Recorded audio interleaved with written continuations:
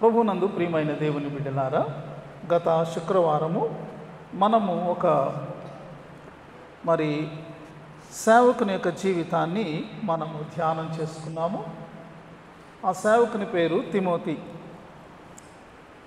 అపోస్తలుడైనటువంటి పౌలు Timothy గురించి ఫిలిప్పీ సంఘానికి ఎలాంటి మంచి విషయాలను ఆయన తెలియచేశాడో మనం ధ్యానం చేసుకున్నాం. ఈ దినము ఫిలిప్పీ 2వ అధ్యాయము 25 నుంచి 30 వచనాలు చూస్తే పౌలు మరొక వ్యక్తి గురించి ఆయన మాట్లాడుతున్నారు, మరొక సేవకుని గురించి మాట్లాడుతున్నారు. ఆ సేవకుని పేరు ఏమిటి అంటే ఎపఫ్రోదితు అనేటటువంటి పేరు మనకు కనబడుతూ ఉన్నది. కాబట్టి ఈ దినము ఈ సేవకుడు లేకపోతే ఈ సహోదరుడు, ఈ విశ్వాసి, ఆయన ఎందుకు ప్రస్తావించబడ్డాడు, ఆయన చేసినటువంటి పరిచర్య ఎలాంటిది, పౌలు యొక్క దృష్టిలో కానీ దేవుని దృష్టిలో కానీ అతడు ఎలాంటి వ్యక్తిగా ఉన్నాడు, మనము నేర్చుకున్నట్లు ఈ కొన్ని వచనాలు ఇక్కడ వ్రాయబడి ఉన్నాయి. పౌలు ఏమంటున్నారంటే, ఇదిగో ఎపఫ్రోదితు అనే ఈ యొక్క వ్యక్తిని మీ దగ్గరికి పంపించడం అవసరమని నేను తలస్తూ నేను పంపిస్తున్నాను. ఆయన ఎలాంటి వాడంటే నా సహోదరుడు, నా జత పనివాడు, నా తోడి యోధుడు, అలాగే మీరు పంపినటువంటి దూత. ఇంకా అతడు నాకు నా అవసరమునకు ఉపచరించినటువంటి వాడు అని చెప్పారు. చెబుతూ ఇంకా ఏమన్నారంటే, అతడు రోగి అయ్యాడని మీరు విన్నారు, అతడు కూడా మిమ్మల్ని అందరినీ చూడాలని చాలా ఆశతో అపేక్షతో చాలా విచారించిన వాడుగా ఉన్నాడు. అతని యొక్క రోగము ఎంత తీవ్రమైనదంటే చావునకు సిద్ధంగా ఉన్నంతగా మరణపు అంచుల వరకు అతడు వెళ్ళాడు. కానీ దేవుడు అతన్ని కనికరించాడు. దుఃఖం మీద దుఃఖం నాకు కలగకుండా ఉండినట్లు దేవుడు అతనిని అలాగే నన్ను కూడా కనికరించారు అని చెప్తూ ఏమంటున్నారంటే, అతను అంటే ఎపఫ్రోదితు నా యెడల మీ ఉపచర్యలో ఉన్న కొదువను తీర్చడానికి దేని కొరకు సిద్ధపడ్డాడంటే తన ప్రాణమునైనను లక్ష్య పెట్టక చనిపోవడానికైనా సిద్ధపడ్డాడు. కాబట్టి ఇలాంటి ఎపఫ్రోదితును మీరు చక్కగా చేర్చుకోండి, ఘనపరచండి అని సంఘానికి ఒక పిలుపును ఆయన ఇస్తున్నాడు. ప్రియమైనటువంటి వారలారా, ఈ మాటలు మనం చదువుతున్నప్పుడు ఈ ఫిలిప్పీలకు వ్రాయబడినటువంటి పత్రికను బహుశా ఎపఫ్రోదితే తీసుకొని అతడు రోమా నుండి ఫిలిప్పీకి వెళ్ళి ఉంటాడు, సంఘానికి అందించి ఉంటాడు అనేటటువంటి ఒక భావన మనకు కనబడుతున్నది. అతను ఆ యొక్క లెటర్ని క్యారీ చేశాడు. అయితే ఈ యొక్క విషయాలు మనం అర్థం చేసుకోవాలి అంటే, పౌలు అసలు ఎపఫ్రోదితును ఎందుకు ఇక్కడ ప్రస్తావించాడు, ఎందుకు పౌలు ఎపఫ్రోదితు గురించినటువంటి ఈ విషయాలను ఫిలిప్పీ సంఘానికి తెలియజేస్తున్నాడు అని మనం ఒకవేళ తెలుసుకోగోరినట్టయితే దీని వెనక జరిగినటువంటి కొన్ని సంఘటనలు ఉన్నాయి. అవి బైబిల్లో వ్రాయబడలేదు, కానీ అవి మనకు తెలియచేయబడ్డాయి. ఏమిటి అంటే, పౌలు అపోస్తలుడైనటువంటి పౌలు రోమా పట్టణంలో చెరసాలలో అతడు వేయబడ్డాడనే వార్త ఫిలిప్పీ సంఘంలో ఉన్న విశ్వాసులకు వినబడింది. అరే, అపోస్తలుడైనటువంటి పౌలు గొప్ప సువార్తికుడు, మన సంఘాన్ని కట్టినటువంటి వాడు, మనకు దేవుని పరిచయం చేసిన వాడు, దేవుని రక్షణను మనం అందుకున్నట్లు దేవునిలో మనల్ని పెంచినటువంటి వాడు, ఇప్పుడు చెరసాల్లో వేయబడ్డాడా, అది రోమా పట్టణంలో అని వాళ్ళు కదిలిపోయారు. వాళ్ళు దానికి వెంటనే స్పందించడం మొదలుపెట్టారు. మనం ఏం చేయాలి, ఇప్పుడు పౌలు గారికి ఏ రీతిగా మనము ఆయనకు సహాయపడగలము అని వారు ఆలోచించారు. వెంటనే వారు తీసుకున్న నిర్ణయం ఏంటంటే, తప్పకుండా పౌలు గారిని మనము పరామర్శించాలి.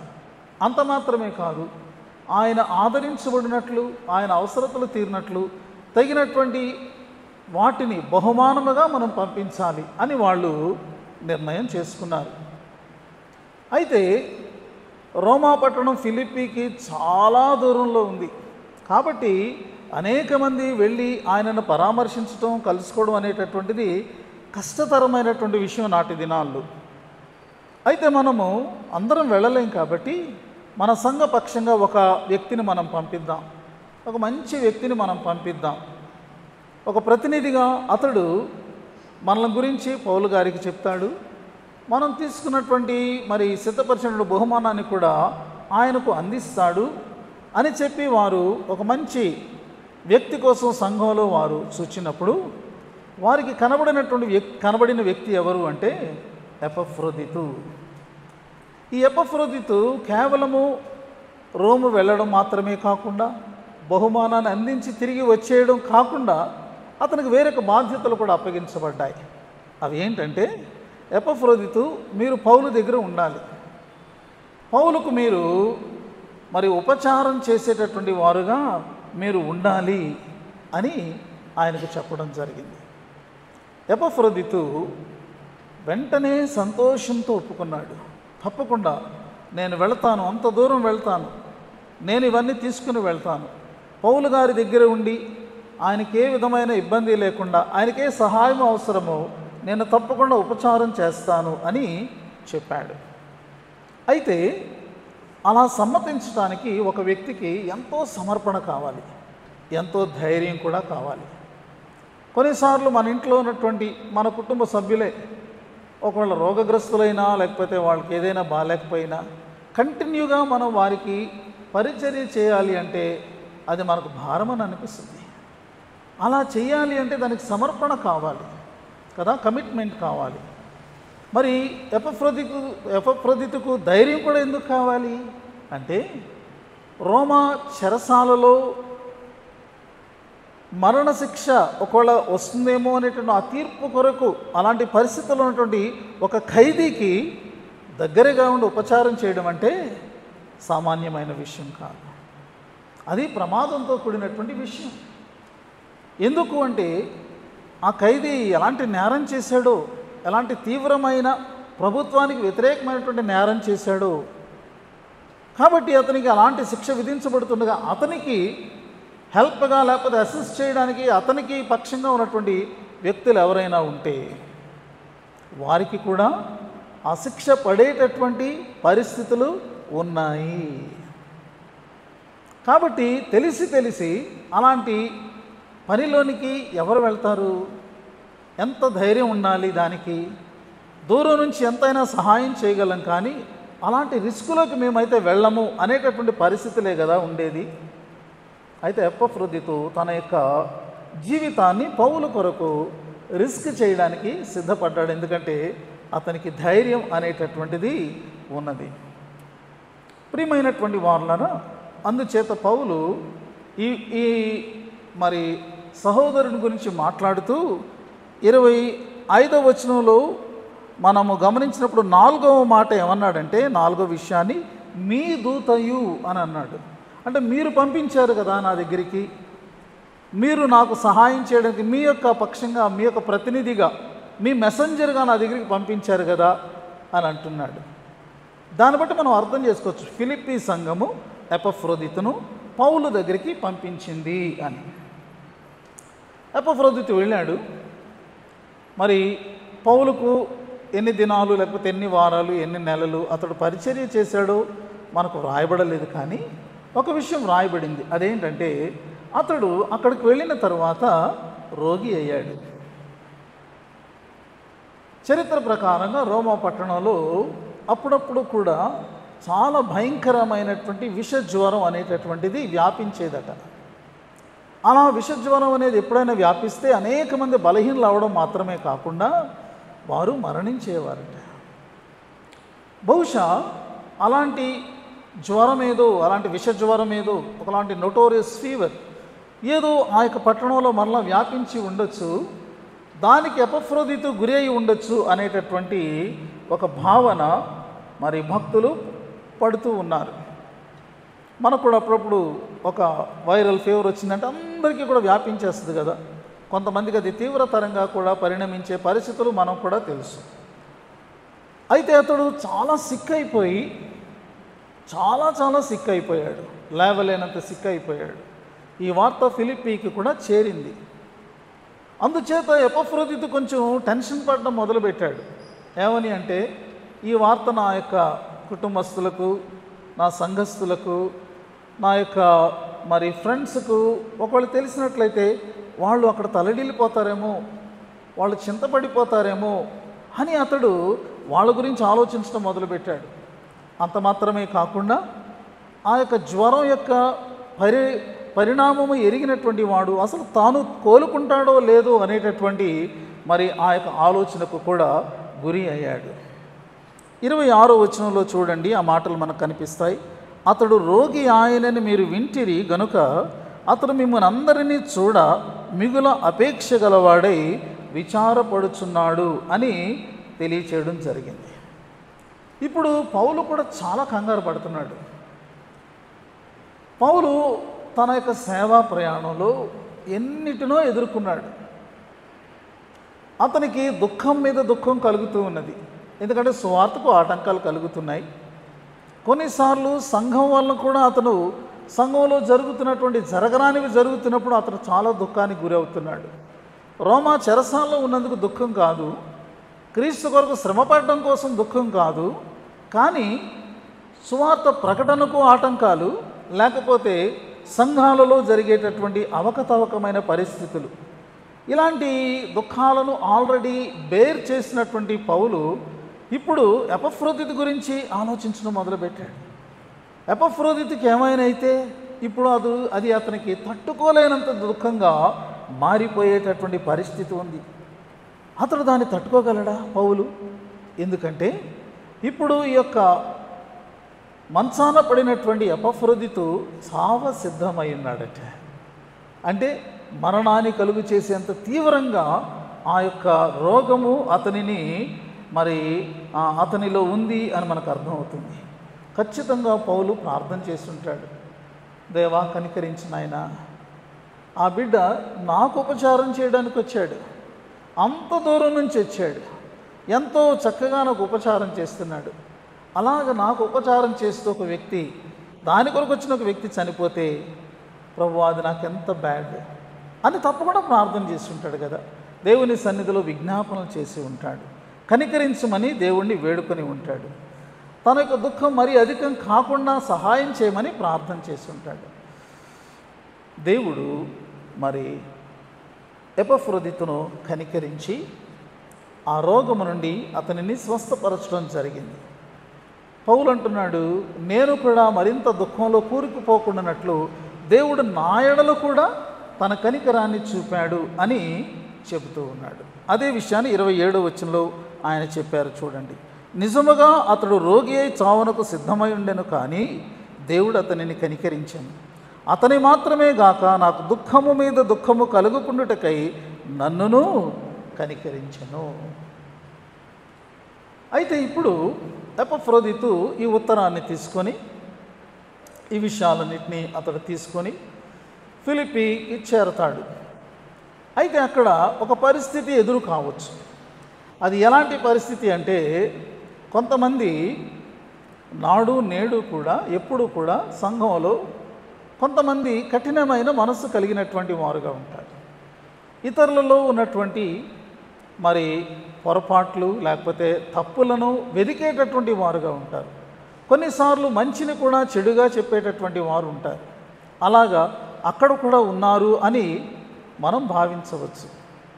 ఎందుకు అంటే, ఇప్పుడు ఎపఫ్రోదితు వెనక్కి వెళ్ళాడు అనుకోండి, ఏముంది, విమర్శ చేసే మనుషులు ఉంటారు. ఈయన మనం ఇంత ఖర్చు పెట్టి ఇంత పెద్ద బాధ్యతను అప్పగించి మనము పౌలు దగ్గరికి పంపిస్తే చూసారా, అది ఇదేనా వంకపెట్టి వెనక్కి తిరిగి వచ్చేసాడు, ఇతడు పనికి రానటువంటి వాడు, పనికి మాలినటువంటి వాడు, ఇతడు పారిపోయి వచ్చాడు, ఇతను అపనమ్మకస్తుడు అని ఎన్నైనా అనడానికి, దుర్విమర్శ చేయడానికి అక్కడ అవకాశం ఉంది. అందుచేత అపోస్తలుడైనటువంటి పౌలు అలాంటి విమర్శలు తల ఎత్తకుండా, తల ఎత్తినవన్నీ కూడా వెంటనే నిమ్మళించేటట్టుగా ఆయన చక్కగా ఎపఫ్రోదితు గురించి మంచి సాక్ష్యాన్ని ఇస్తూ ఉన్నాడనమాట. అది ఈ మాటల్లో ఉన్నటువంటి ముఖ్యమైనటువంటి ఆ యొక్క పర్పస్. దానిని మనం గమనిస్తూ ఉన్నాం. ఏమంటున్నాడో మనం ఒక్కొక్క మాట మనం చిన్నగా చూడొచ్చు. చూడండి 25వ వచనంలో ఏం రాయబడిందంటే, మరియు నా సహోదరుడు అని అంటున్నాడు. ఎంత క్లోజ్గా ఎపఫ్రోదితును పౌలు ఎంచుకున్నాడు. ఎపఫ్రోదితు కూడా పౌలుకు ఎంత క్లోజ్ అయ్యాడు అంటే, almost he's like my own brother. నా ఫీలింగ్స్ని షేర్ చేసుకుంటాడు, నా పెయిన్ని షేర్ చేసుకుంటాడు, నా పరిస్థితి అంతటిని కూడా షేర్ చేసుకుంటాడు.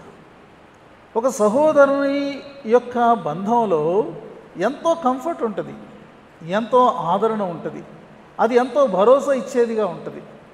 ప్రేమ కలిగినటువంటి కుటుంబ సభ్యులు కొంతకాలం తర్వాత కలుసుకున్నప్పుడు వారు ఒకరిని బట్టి ఒకరు ఎంతగా వాళ్ళు మరి ధైర్యాన్ని పొందుకుంటారో లేకపోతే ఆదరణను పొందుకుంటారో మనకు తెలుసు. ఎందుకంటే మనం కూడా అనుభవం గుండా వెళుతున్నాం కాబట్టి. ఫిలిప్పీ నుండి వచ్చినటువంటి ఎపఫ్రోదితు వలన పౌలు ఎలాంటి ఫీలింగ్కి గురయ్యాడంటే, చెరసాల్లో ఉన్నా లేకపోతే రేపు మరణ శాసనమే వచ్చినా ఇప్పుడు మాత్రం అతని యొక్క హృదయానికి ఒక నెమ్మది, ఒక శాంతి, ఒక ఆదరణ, ఒక భరోసా, ఇలా ఎన్నో అతనికి కలిగినవన్నమాట.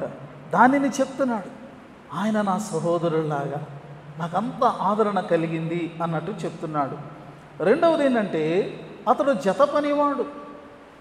నాతో కలిసి నాతో సమానంగా అతడు పని చేస్తూ ఉన్నాడు, దేవుని పనిని చేస్తూ ఉన్నాడు. కొంతమంది కొన్ని విషయాల్లో ఏకీభవిస్తారు కానీ మిగిలినటువంటి విషయాల్లో మాకు సంబంధం లేదు అన్నట్టు ఉంటారు. సో కొన్నిటి వరకు మనం వారి మీద ఆధారపడచ్చు, కానీ మిగిలిన విషయాల్లో వీళ్ళు మనకి కలిసి రారులే అని అనుకునే పరిస్థితులు మనకు ఉంటాయి. కానీ పౌలు దేవుని సేవకుడు కదా. ఆ ఎపఫ్రోదితు కూడా అదే విధమైనటువంటి మరి స్థాయిలో చక్కగా కలిసి పనిచేశాడు నాతో కలిసి అని పౌలు చెప్తా ఉన్నాడు. మూడవది ఏంటంటే, తోడి యోధుడు అని అంటున్నాడు, మై ఫెలో సోల్జర్. పౌలు తనను తాను ఒక యోధునిగా ఎంచుకున్నాడు. దేవుని రాజ్యంలో అతడు ఒక సైనికుడు. ఈ యొక్క సైన్యంలో అతడు ఎక్కడ ఉన్నాడు అంటే ఫ్రంట్ రోలో ఉన్నాడనమాట. ఎక్కడైతే శత్రువు నుండి దాడి జరుగుతుందో, ఎక్కడైతే ప్రమాదకరమైనటువంటి అపాయకరమైనటువంటి మరి పరిస్థితి ఉందో అక్కడ నిలబడి ఫైట్ చేసేటటువంటి ఒక ఫైటర్గా, ఒక సోల్జర్గా పౌలు ఉంటే, ఎపఫ్రోదితు కూడా అంతే స్థాయిలో అదే మరి సమానమైనటువంటి విధానంలో అతడు నా తోడి యోధుడు, నాతో ఈక్వల్గా నా పక్కన నిలిచి మరి యొక్క క్రీస్తు రాజ్యం కొరకు పోరాడేటటువంటి ఆ యొక్క పోరాటంలో అతడు నా ప్రక్కన ఉన్నాడు. శత్రువులు దాడి జరిగే ప్రదేశంలో ముందుండి మరి యుద్ధం చేస్తున్నటువంటి వాడుగా, పోరాడినటువంటి వాడుగా ఉన్నాడు అని అంటున్నాడు. ఒక్కొక్క మాట మనం చూస్తుంటే ఎపఫ్రోదితు యొక్క జీవితం, అతని పరిచర్య, దేవుని కొరకైనటువంటి అతని యొక్క సమర్పణ ఎంత అధికంగా ఉన్నాయో కదండి. నాలుగవది మనం చూసినప్పుడు మీ దూత అనే మాట. దూత అంటే మెసెంజర్ అనే అర్థం, అంతేగాని పరలోకంలో ఉండే దూతలని కాదు. అయితే ఇక్కడ దూత అని వ్రాయబడినటువంటి మాట మూల భాషలో ఏమని వ్రాయబడింది అంటే అపోస్టోలోస్ అని వ్రాయబడింది. అపోస్తలు అనే మాట మనకు తెలుసు కదా. దాని అర్థం ఏంటంటే ఒక పని నిమిత్తము పంపబడిన వాడు అని అర్థం. అది మామూలుగా గ్రీకు భాషలో ఉన్నటువంటి అర్థం. కానీ తరువాత ఆ మాటకు చాలా ప్రత్యేకత వచ్చింది. ఎప్పుడు వచ్చింది అంటే, యేసుక్రీస్తు ప్రభుని యొక్క శిష్యులు అపోస్తలులుగా వాళ్ళు పిలువబడ్డారు. కాబట్టి ఏదో మామూలుగా పంపబడిన వాడు అనే దానికన్నా కూడా దేవుని పని నిమిత్తము తమ జీవితములను వారు సంపూర్తిగా ఆ పని కొరకు వారు ఏర్పాటు చేసుకుని సమర్పించుకొని దేవుని చేత ఎన్నుకోబడి ఆ పని కొరకు వాళ్ళు ప్రయాసపడుతున్నటువంటి వారు అన్నమాట. అది అపోస్తలులు. ఇప్పుడు ఆ క్రీస్తు శిష్యుల యొక్క, అపోస్తలుల యొక్క పరిచర్యకు ఏ మాట వాడబడిందో పౌలు ఆ మాటను ఇక్కడ ఎపఫ్రోదితుకు వాడుతున్నాడు. అంటే మాతో పాటు సమానమైనటువంటి వాడుగా అతడు ఉన్నాడు. మీరు అతను అక్కడి నుంచి ఇక్కడికి పంపించారు కదా, నాకు చూస్తుంటే ఎపఫ్రోదితు అలా కనబడుతున్నాడు అని అంటున్నాడు. ఎంత ఉన్నతమైనటువంటి మరి పనిని అతడు నిర్వర్తించాడో మనం చూడొచ్చు. ఇక 5వ మాట మనం చూస్తే ఏం రాయబడి ఉంది అంటే, నా అవసరమునకు ఉపచరించిన వాడు అనే మాట వ్రాయబడి ఉంది. నా అవసరాలు ఏమైతే ఉంటాయో వాటన్నిటిలో కూడా అతడు నాకు ఉపచారము చేశాడు. ఇంగ్లీష్లో సర్వెంట్ అనే మాట వాడబడింది, అంటే సేవకుడు అని. అయితే సేవకుడు అనేటటువంటి మాట ఒక రకంగా అది మంచి మాటగా ఉన్నప్పటికీ కూడా అసలు మూల భాషలో వాడినటువంటి మాట అయితే ఇంకా గొప్ప అర్థాన్ని ఇస్తుందన్నమాట. మూల భాషలో వాడినటువంటి మాట దానిని ఏమన్నారంటే లిచిరోగోస్ అని అన్నారు. ఆ మాట మనం గుర్తుపెట్టుకోకపోయినప్పటికీ దాని అర్థాన్ని గుర్తుపెట్టుకుంటే చాలు. ఇది చాలా శక్తివంతమైనటువంటి ఒక ఏమంటారు ప్రశంసాపూర్వకమైనటువంటి ఒక పదం అన్నమాట. ఆ దినాల్లో కొంతమంది ఉండేవారట. వాళ్ళు ఏం చేసేవాళ్ళు అంటే తాము నివసిస్తున్నటువంటి నగరాలను వాళ్ళు ప్రేమించేవాళ్ళంటే they use to love their cities. అలా ప్రేమించి తమ యొక్క నగరం కొరకు ఏదో చేయాలి, తమ నగరం క్షేమంగా ఉండాలి, తమ నగరం అభివృద్ధిగా ఉండాలి, తమ నగరం గొప్ప నగరంగా ఉండాలి అని చెప్పి వాళ్ళు ఏం చేసేవారంట, తమ స్వంత ఖర్చులతో పౌర విధులన్నీ వాళ్ళు నిర్వర్తించేవాళ్ళంట. ఎక్కడైనా ఏదైనా అసౌకర్యం ఉందనుకోండి, వెంటనే ధర్నా చేయడం కాదు. ఈ ప్రభుత్వం ఏం చేస్తుంది, మన దగ్గర మన ఓట్లని వేయించుకున్నారు, ఇప్పుడు మాత్రం కనబడటం లేదు, ఇలాంటి డైలాగులు కాదనమాట. అరే ఇక్కడ ఈ సమస్య ఏర్పడింది, మేమేం చేయగలం అని చెప్పి వాళ్ళు పూనుకొని మరి అసౌకర్యంగా ఉన్నటువంటి వాటన్నిటినీ కూడా తొలగించి సౌకర్యాలను ఏర్పాటు చేసేవాళ్ళు. అలాగే తమ పట్టణంలో ఉన్నటువంటి నగరంలో ఉన్నటువంటి క్రీడాకారులు ఉంటారు, క్రీడాసక్తి కలిగినటువంటి వారు ఉంటారు. కానీ వాళ్లకు ఆ క్రీడల్లో తర్ఫీదు పొందడానికి తగినటువంటి ఆర్థికపరమైన శక్తి ఉండకపోవచ్చు. అటువంటి వారిని వీళ్ళు సెలెక్ట్ చేసుకుని వారికి క్రీడలలో చక్కని తర్ఫీదునిచ్చి వాళ్ళు పోటీలకు పంద్యాలకు వాళ్ళని పంపించేటటువంటి వారు అన్నమాట. అలాగే తమ నగరాన్ని భద్రపరిచేటటువంటి భద్రతా దళాలకు వీళ్ళు తమ యొక్క సొంత డబ్బులను జీతంగా వాళ్ళు చెల్లిస్తూ ఉండేవారు. చూసారా, అంటే తమ యొక్క నగరం క్షేమంగా ఉండాలి అంటే వాళ్ళు తమ యొక్క ప్రయాస, కష్టము, డబ్బు అన్నిటిని కూడా వాళ్ళు ఉపయోగిస్తున్నారు. పౌలు అలా చేసేటటువంటి వారికి ఏ పదాన్నైతే ఉపయోగిస్తారో ఎపఫ్రోదితుకు ఆ పదాన్ని ఉపయోగించాడు.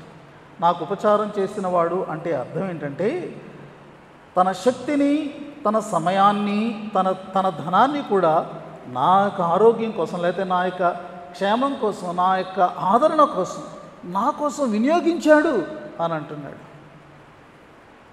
మనము చిన్న పని చేస్తే చాలా గొప్పగా ఫీల్ అవుతాం. కానీ అలా మనం చేసినప్పుడు కేవలము మనం ఒకళ్ళ ఫిజికల్ హెల్ప్ చేయగలుగుతామేమో. కానీ కొంతమంది ఎంత స్థాయికి వెళ్తారంటే అవతల వాడి యొక్క మేలు కోసం ఏదైనా కానీ చేయడానికి, దేనినైనా వెచ్చించడానికి వాళ్ళు సిద్ధపడతారు. పౌలు అంటున్నాడు ఎపఫ్రోదితు అలాంటి వాడు నా విషయంలో అని అంటున్నాడు. ఎంత గొప్ప సంగతి అండి. ఇక 30వ వచనంలోనికి మనం వస్తే మరొక విషయం చెప్తున్నాడు చూడండి, 29, 30 వచనాలు. నా ఎడల మీ ఉపచర్యలో ఉన్న కొదువును తీర్చుటకై అతడు తన ప్రాణమునైనను లక్ష్య పెట్టక క్రీస్తు యొక్క పని నిమిత్తము చావునకు సిద్ధమై ఉండెను. ఇక్కడ మనం చూస్తే చావునకు సిద్ధమై ఉండేనంటే రోగం వల్ల వచ్చినటువంటి ఆ చావు కాదు, ఇది మళ్ళీ డిఫరెంట్ మాట్లాడుతున్నాడు.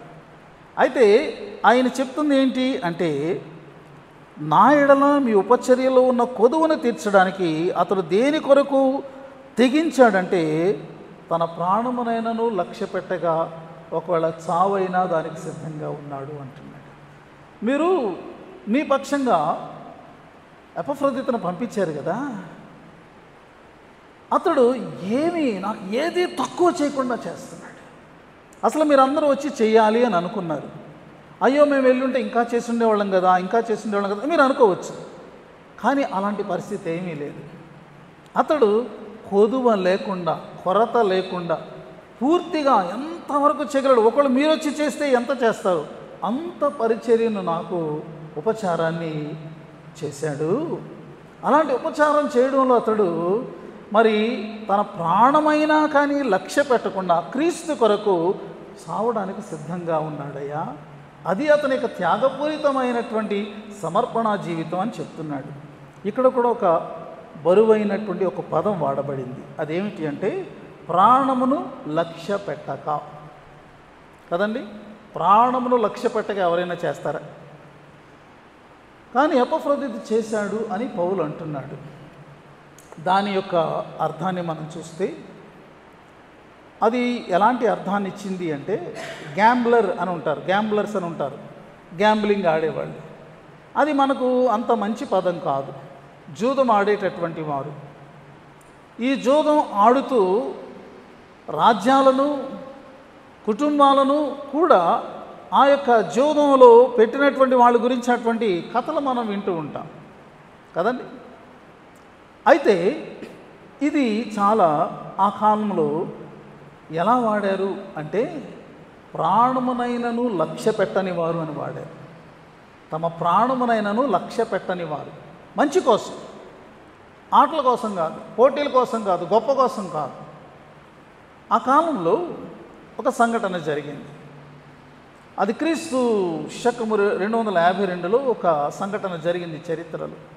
కార్తేజ్ అనేటటువంటి ఒక పట్టణంలో భయంకరమైన ప్లేగు వ్యాధి విస్తరించింది. ప్లేగు వ్యాధి అనే పేరు మనం వింటాము. అది వచ్చిందంటే మనుషులు అలా అలా చనిపోతారు. కరోనా లాంటిదన్నమాట. అలాగా చాలామంది చనిపోయినప్పుడు ఆ కుటుంబస్తులు వీళ్ళని ఎక్కడ ఖననం చేయాలి అనేటువంటి తెలియకుండా వాళ్ళు అలా రోడ్డు మీద పారేసి, అమ్మో ఈ యొక్క అంటువ్యాధి మాకు కూడా వచ్చేస్తని వాళ్ళు పారిపోయినటువంటి పరిస్థితులలో ఆ పట్టణంలో ఉన్నటువంటి ఒక బిషప్ గారి పేరు సిరిల్. ఆయన ఏం చేశారంటే తన కాంగ్రిగేషన్ అంతటిని పిలిచాడు. ఇదిగో ఇలాగే మన పట్టణంలో కనుక కొనసాగితే మన పట్టణం అంతా కూడా నాశనం అయిపోద్ది, అందరూ చనిపోతారు. కానీ ప్రభు మనకు చెప్పాడు కదా, కాబట్టి మన పట్టణం విషయంలో మనం శ్రద్ధ తీసుకోవాలి అని ఆయన చెప్పినప్పుడు వాళ్ళు ఏం చేశారంటే ఆ కాంగ్రిగేషన్లో ఉన్నటువంటి విశ్వాసులందరూ పట్టణంలోనికి వెళ్ళి మరి చనిపోయినటువంటి వ్యక్తుల యొక్క దేహాలను వాళ్ళు ఖననం చేసి ఎవరైతే ఈ యొక్క రోగంతో బాధపడుతున్నారో వారందరికీ కూడా మరి చక్కని పరిచర్య చేసి వారందరికీ తగిన ఔషధాలు ఇచ్చి మరి వారు అంత పరిచర్య చేశారు. మేము చనిపోతామేమో, ఈ రోగం మాకు వస్తుందేమో, మేము కూడా ఇదిగో ఈ యొక్క అంటువ్యాధికి గురైపోయి మేము కూడా మరి బలహీనపడి మేము మా జీవితాలు అంతమైపోతాయేమో అనే పరిస్థితులు ఉన్న దినాలలో తమ ప్రాణములను లక్ష్యము చేయక వాళ్ళు ఈ పనిని చేశారు. అందుచేత కార్తేజ్ అనేటటువంటి పట్టణం భయంకరమైనటువంటి ఈ యొక్క నాశనం నుండి, మరణం నుంచి రక్షించబడింది అని వాడబడింది. అలాగనే ఎవరైతే పనిచేశారో వారిని వాడేటటువంటి పదం అన్నమాట. ఎపఫ్రోదితు అలాగా అతడు పరిచర్య చేసినటువంటి వాడుగా ఉన్నాడు. తన ప్రాణమునైనా లెక్క పెట్టలేదు. ఈ పని చేయడంలో నా ప్రాణం పోయినా పర్వాలేదు అని అనుకున్నాడు. అంటే తెగింపు కలిగినటువంటి వానిగా మనం చూస్తున్నాం. ప్రియమైన వారలారా, ఇవన్నీ చెప్పిన తర్వాత పౌలు ఇవన్నీ ఎందుకు చెప్తున్నాడో మనకు అర్థమైంది. ఎపఫ్రోదితు మీద ఏ దుర్విమర్శ రాకూడదు. అందుకొరకే సాక్ష్యం ఇస్తూ అతడు చివరిలో ఏమన్నాడో చూడండి. పూర్ణ ఆనందముతో ప్రభువునందు అతనిని చేర్చుకొని అట్టి వారిని ఘనపరచుడి అని అంటున్నాడు. ఇదిగో మీరు ఎపఫ్రోదితు మీ దగ్గరికి వచ్చాడు, మీరేం చేయాలి? అనవసరమైనటువంటి విమర్శలు ఎవరు చేయొద్దండి. వాస్తవంగా ఎపఫ్రోదితు తాను మీ దగ్గరికి వస్తానని నన్ను అడగలేదు. అయ్యా నేను ఫిలిప్పీకి వెళ్ళిపోతాను అని అనలేదు. అతను మీ దగ్గరికి రావడము అవసరమని నేనే భావించి పంపిస్తున్నాను. అదే విషయాన్ని మనము మరి 23లో మనం చదువుకుంటాం కదా, 25వ వచనంలో మనము చదువుకుంటాము. మీ యొద్దకు పంపుట అగత్యమని అనుకుంటుని, 25వ వచనం చివరిలో మీ దగ్గరికి పంపించడం చాలా అది అవసరమని నేను పంపిస్తున్నాను. ఇది నేను పంపించాను అతనికి అతను రావడం కాదు. అయితే అతను నా దగ్గరున్న కాలములో అతడు ఎలాంటి వాడుగా ఉన్నాడు, ఎలాంటి పని చేశాడు, ఆ పరిచర్య కొరకు అతడు ఎంతగా తన్ను తాను మరి అప్పగించుకున్నాడు, ఇవన్నీ నేను మీకు సాక్ష్యరూపంగా చెప్తున్నాను. కాబట్టి ఇలాంటి వ్యక్తిని మీరు ఎలా చేయాలి? గ్రాండ్ వెల్కమ్ ఇవ్వాలి, అతనికి ఘనమైనటువంటి, లేకపోతే అతనికి ఒక గొప్ప స్వాగతాన్ని ఇవ్వాలి, ఆనందంతో మీరు చేర్చుకోవాలి. మా సంఘంలో ఇలాంటి ఒక గొప్ప వ్యక్తి ఉన్నాడు అని. అంత మాత్రమే కాకుండా అలాంటి వ్యక్తిత్వము, ఉన్నతమైనటువంటి పరిచర్యా ధర్మం కలిగి ఉన్నాడు కాబట్టి అతనిని ఘనపరిచేటటువంటి స్థాయిలో మీరు అతన్ని చూడాలి. ఎందుకంటే అతడు ఘనత పొందేటటువంటి రీతిగా తన పరిచర్య చేశాడు అని అంటున్నాడు. ప్రియమైనటువంటి మాటలారా, అపోస్తలుడైనటువంటి పౌలు యొక్క గొప్ప వైఖరిని మనం చూస్తున్నాం. తాను అక్కడ చెరసాలలో ఏమవుతాడో తనకు తెలియదు. చెరసాలలో ఖైదీగా ఉన్నాడు. తన మీద చెప్పబడినటువంటి వాటిని బట్టి మరణం తనకు సంభవించవచ్చు. అలాంటి సమయంలో కూడా ఒక సహోదరుని యొక్క మంచిని ఆశిస్తున్నాడు. తన సహోదరుని యొక్క క్షేమాన్ని అతను ఆశిస్తున్నాడు. అతని గురించి మంచి చెప్పి అతనికి ఏ విధమైన సమస్య ఉండకూడదు అనేటటువంటి ఒక కన్సిడరేషన్ని మనము చూస్తూ ఉన్నాం. అతని జీవితము నా వలన సులువైన జీవితంగా ఉండాలి. నా వలన అతడు కష్టాల్లో పడకూడదు. నా వల్ల అతడు మరి ఏ విధమైన ఇబ్బందుల్లో పడకూడదు. నా వలన అతనికంతా కూడా మేలు జరగాలి. అతని లైఫ్ ఈజీగా కొనసాగిపోవాలి. ఇవన్నీ కూడా లేనివి చెప్పడం వల్ల కాదు, వాస్తవంగా ఉన్నవే సంఘానికి చెప్పడం వల్ల అతడు చేస్తున్నాడు. మనం ఆలోచించాలి. ఒకవేళ మన సంఘంలో ఇలాంటి వ్యక్తిత్వం కలిగిన వ్యక్తులుగా మనం ఉండగలమంటారా? ఇలాంటి సాక్ష్యాన్ని పొందగలిగేటటువంటి మరి సహోదరులుగా లేకపోతే విశ్వాసులుగా మనం ఉండగలమంటారా? ఎంత గొప్ప జీవితాన్ని ఎపఫ్రోదితు మన ముందు పెట్టాడో మనం చూడాలి. పౌలును కూడా మనం చూచినప్పుడు ఇతరుల గురించి మంచి మాట్లాడడానికే అతడు ఇష్టపడుతున్నాడు. ఇతరులకు ఏ కష్టము లేకుండా ఉండేటట్టుగా మార్గాన్ని అతడు సిద్ధపరిచే దాంట్లోనే అతడు మరి ప్రయాసపడుతున్నాడు. తన పరిస్థితిని మరిచిపోయి, తన పరిస్థితిని పక్కన పెట్టి మరి మనము ఇతరుల గురించి మాట్లాడేటప్పుడు మనం ఎలాగా వారి గురించినటువంటి విషయాలు మనం చెప్తున్నాం. ఇతరుల వెనుక వారి గురించి మనం ఏం మాట్లాడుతున్నాం? That is very important. నా గురించి నా వెనుక, లేకపోతే మీ గురించి మీ వెనుక మంచి చెప్పాలనే మీరు కోరుకుంటారు. అబద్ధాలు చెప్పకూడదు, చెడు చెప్పకూడదు కదండి. మనం అలా కోరుకుంటాము. మనము కూడా అలా ఉండాలి. పౌలు దానిని మనకు సూచిస్తున్నాడు. ఇది క్రైస్తవ జీవితంలో ఒక విలువను మనకు నేర్పిస్తూ ఉన్నది. ఈరోజు ఆ విలువను మనం అందిపుచ్చుకొని మన జీవితంలో అమర్చుకొని మనం ముందు కొనసాగిపోదాం. పరిశుద్ధాత్మ అటువంటి కృపను మనకు మెండుగా అనుగ్రహించునుగాక.